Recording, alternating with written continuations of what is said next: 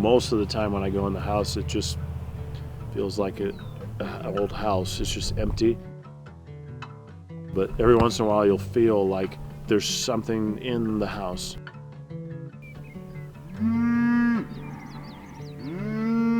They built this. This is not mine. They did this. You know, I would love to put our stamp on it and bring it back to life. So I've been telling them that, like, hey, we're trying to continue your family's legacy on the place. You're not going to be erased. Where should I look to? Look at you? Okay. Yeah. All right, Morris, don't get in the way. How long have you been interested in history? Forever. Yeah, forever. I don't know. I don't know if it means that you have like an old soul or what it means, but I've always been learning from history, researching history, getting different perspectives from history, and going down rabbit holes. The father, Octave, came from Quebec. As I mentioned previously, the mom, Lena, came from Germany. They came up with Octave's brother, Philip. You guys are familiar with the Klondike gold rush, or at least have heard of it. Octave and Philip, the two dads, said, hey, we're going to the Klondike and we'll see you. I don't know if they found gold or not. They didn't find anything substantial if they did, but they found mastodon in the permafrost, which at the time was the most complete, and it had skin and stuff on it too. So I know the museum in Eureka has one of the molars still. The tooth that's the size of somebody's shoe. Point being is they made a boatload of cash for that day, which funded this house that we're sitting on the porch.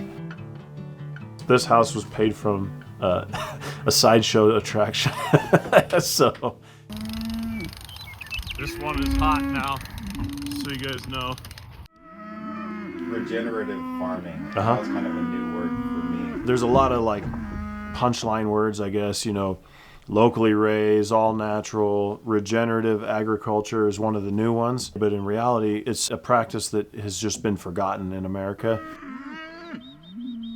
We move the animals every single day. They don't spend more than 24 hours on the same piece of ground.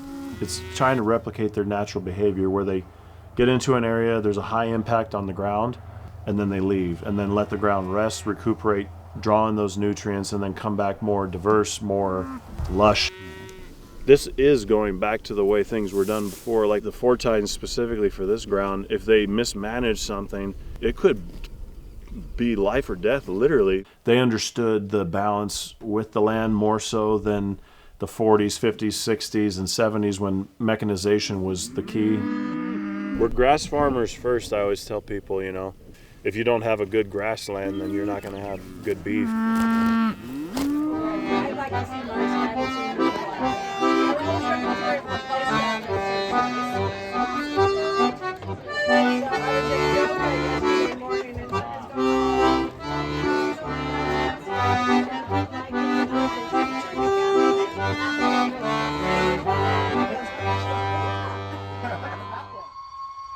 Great Northern Railroad was the main railway that came through here, I believe, in 1904.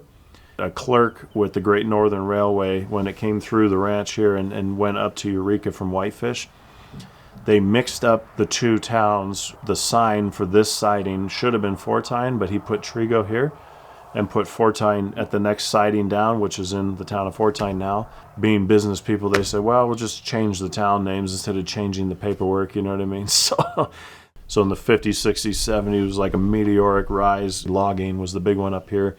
When that was essentially shut down, more or less, Trego just slowly, just kind of by attrition, just, you know, keeps shrinking and shrinking. Same with Fortine. The pub was the catalyst that really started to bring a community back together, or make one out of thin air again. In Trego specifically, I can't speak to the whole state, but it seems like people are kind of rallying around their local community. And I think our culture and our societies maybe deconnecting from the big machine, quote unquote, and wanting and seeking out these local opportunities to buy whatever it is. He gets these, we had to do a little shaving a couple weeks ago because he got a big mat on the side. But he's a very friendly critter. He likes to look in the bedroom and talk to Will.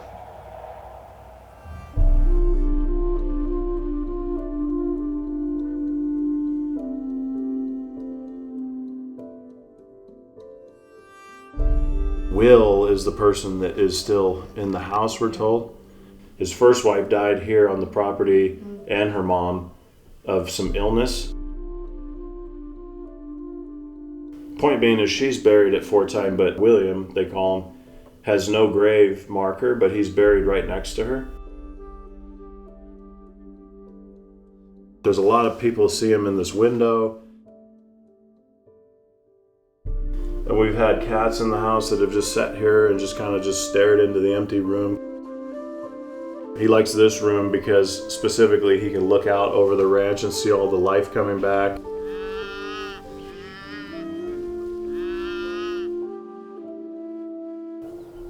Couple dozen people, just random, coming down the driveway just trying to buy the place. They look at the land as a money grab, just like the Flathead is really big down there. I said, this place isn't for sale. I don't care what your money number is.